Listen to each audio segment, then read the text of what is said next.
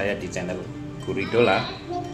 Hari ini kita akan membahas tentang bibliografi atau daftar pustaka. Ini adalah bagian akhir dari sebuah karangan atau sebuah tulisan atau karya ilmiah.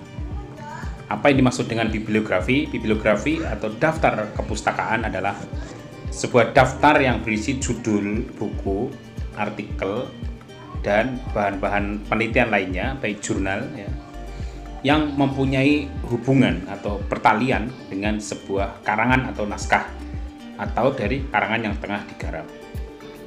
Bagi orang awam yang namanya bibliografi ini mungkin tidak begitu penting, tapi bagi seorang sarjana itu bibliografi ini sangat penting artinya, karena daftar pustaka itu adalah sumber dari mana seseorang menulis atau seseorang mendapatkan gagasan atau mendapat penguatan referensi.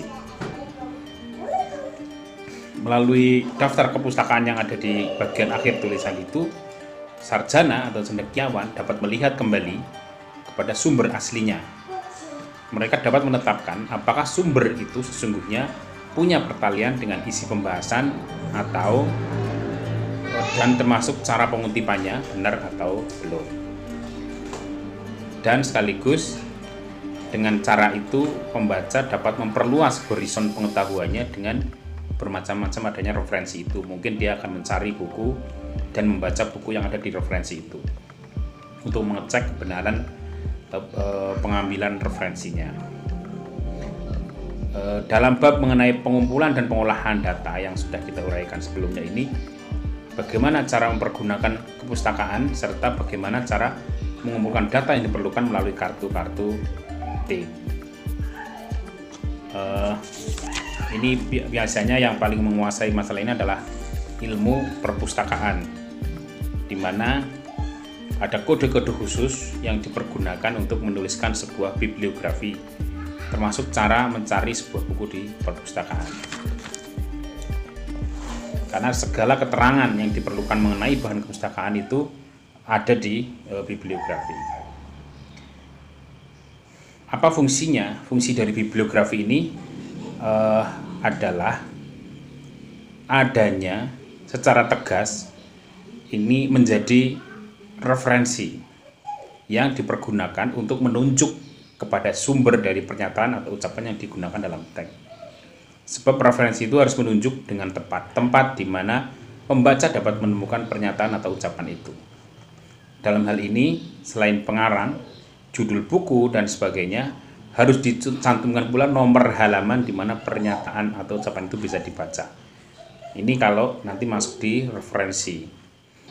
Kemarin kita sudah membahas tentang kutip referensi ya. Referensi itu ada 3, ada yang in-note, footnote, dan atau catatan kaki atau yang disebut dengan notasi ilmiah.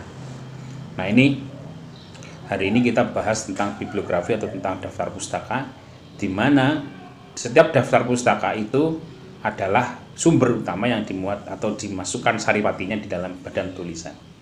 Di pihak lain, bibliografi ini dapat dilihat misalnya sebagai pelengkap sebuah catatan. Mengapa bibliografi dapat pula dilihat sebagai pelengkap? Karena bila seorang pembaca ingin mengetahui lebih lanjut tentang referensi yang terdapat pada catatan, maka ia dapat mencarinya dalam bibliografi.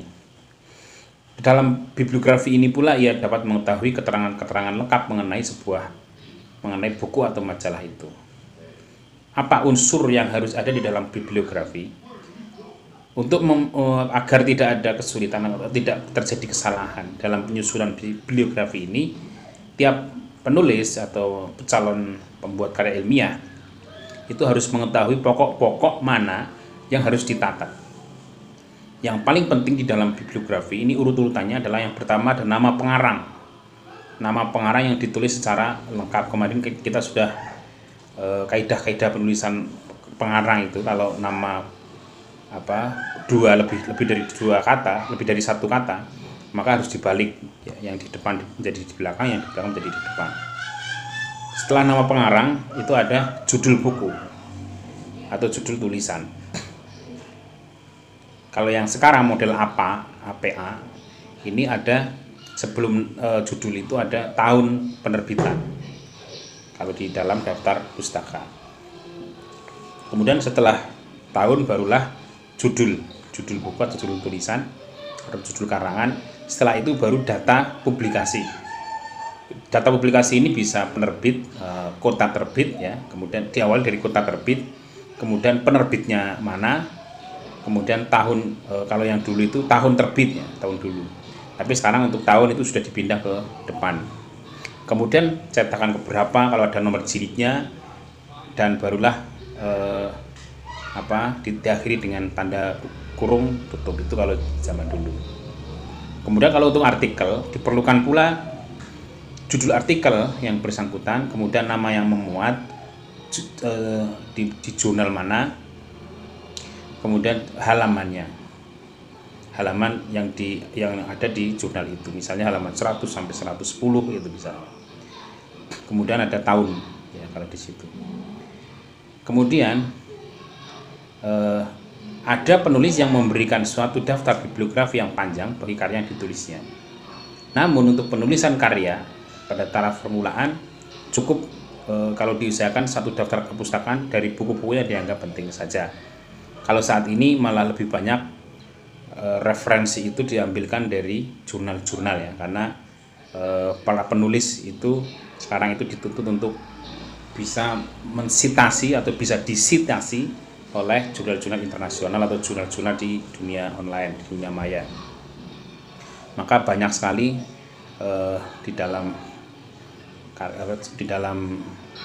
karya ilmiah itu sekarang mereferensi kepada artikel-artikel yang ada di jurnal-jurnal ilmiah. Maka kalau di jurnal itu sekarang ada DOI ya. Itu nanti ada kode artikel itu di mana adanya. Jadi ketika kita ngetikkan DOI-nya nanti akan muncul artikelnya. Termasuk di dalam menuliskan referensi itu di tulisan yang mau kita masukkan. Kemudian cara menulis bibliografi ya itu tidak standar, tidak hanya seperti ini. Makanya sekarang itu banyak berkembang, ada APA ya. Nah, ini buku yang APA atau Publication Manual of the American Psychological Association. Nah, APA itu disingkat dari sini, American Psychological Association. Jadi APA. Di sini ini memuat yang model terbaru dari cara mereferensi, cara menuliskan referensi, dan cara melakukan sitasi atau cara merujuk kepada jurnal-jurnal publikasi yang ada di dunia maya. Terutama yang kalau ingin menulis kita di jurnal-jurnal yang terindeks oleh Scopus atau oleh jurnal-jurnal internasional yang berreputasi namanya. Nah, khusus untuk nama pengarang ini saya masih membaca bukunya Komposisi ya, karya Goris Kerap ya. Ini masih yang lama. Untuk nama itu diawali dari nama keluarga lebih dulu, kemudian baru nama kecil atau inisial, misalnya Charles F ya, kemudian gelar-gelar. Hal ini untuk memudahkan penyusunan secara alfabetis. Jadi gelar itu tidak perlu dimasukkan ke dalam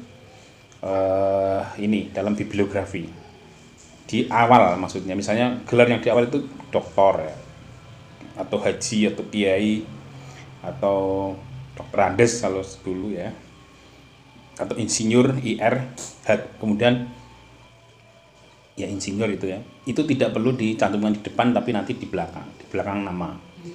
Ini supaya memudahkan ketika orang mencari siapa yang menulis atau siapa yang direferensi oleh karangan itu. Kemudian yang kedua, setelah gelar nama, jika buku itu disusun oleh komisi atau lembaga, maka nama komisi atau lembaga itu dipakai menggantikan nama pengarang. Kalau nama pengarangnya itu lembaga, maka yang ditulis adalah nama lembaganya. Misalnya departemen kalau dulu ya. Kalau sekarang Kementerian Pendidikan Nasional atau Kementerian Agama atau Kementerian Sosial, Kementerian Kementerian pertahanan dan keamanan misalnya. Itu menjadi nama pengarang, berposisi di tempatnya pengarang. Kemudian setelah itu baru judul tulisan. Bagaimana kalau tidak ada nama pengarangnya? Kadang-kadang ada tulisan yang terutama di internet atau di jalanan misalnya kita menemukan tulisan kok tidak ada nama pengarangnya, maka kita bisa menuliskannya dengan menulis anonim di posisi nama pengarang. Anonim itu artinya tanpa nama, ya, tanpa nama. Ini tidak hanya untuk buku tapi juga untuk artikel-artikel yang tidak ada namanya. Selanjutnya kita akan membahas tentang macam-macam bibliografi. Ada berapa jenis sih bibliografi itu? Ya. Ada di dalam bibliografi itu disusun dengan mempergunakan semua bahan yang telah dipakai secara ilmiah. Ada 3 jenis bibliografi. Yang pertama itu buku dasar atau buku-buku yang dipergunakan sebagai bahan orientasi umum mengenai pokok yang dibahas dalam karangan. Dalam hal ini mungkin tidak ada satu bahan pun yang dikutip, mungkin umum, hanya pernyataan umum. Yang kedua itu buku-buku khusus atau buku yang dipakai oleh penulis untuk mencari bahan-bahan yang langsung bertalian berhubungan dengan pokok-pokok persoalan yang digarap.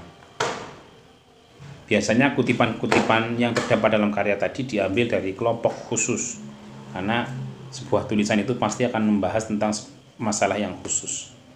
Kemudian yang ketiga ada buku-buku pelengkap.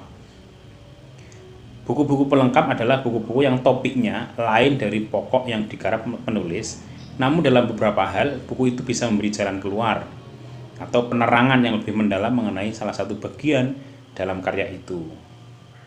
Dari jenis buku ini biasanya juga diambil kutipan-kutipan. Nah, dari 3 jenis ini sekali lagi kita menyusun dalam penyusunan bibliografi. Yang pertama ada nama pengarang. Bila tidak ada nama pengarang, maka judul buku atau artikel yang dimasukkan dalam urutan alfabet. Ya, perhatikan bahwa kata-kata sandang dalam bahasa barat tidak diperhitungkan untuk penyusunan ini. Kemudian jika untuk seorang pengarang terdapat lebih dari satu bahan referensi, maka untuk referensi yang kedua dan seterusnya, nama pengarang tidak perlu diikut sertakan, tetapi diganti dengan garis sepanjang 5 atau 7 ketikan. Jarak antara baris dengan baris untuk satu referensi adalah 1 spasi, tapi jarak antara pokok dengan pokok yang lain adalah 2 spasi. Jadi satu buku dengan buku yang lain 2 spasi. Baris pertama dimulai dari margin kiri, baris paling kiri ke paling kiri ya, dari sini.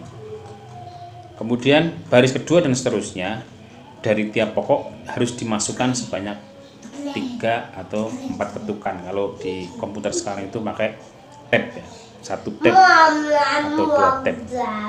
Nah, mungkin untuk bibliografi kita bahas demikian dulu. Kita lanjut untuk tema-tema yang akan datang pada pertemuan yang pada video selanjutnya. Terima kasih atas perhatiannya. Wallahul muwaffiq ila aqwamit thoriq. Wassalamualaikum warahmatullahi wabarakatuh.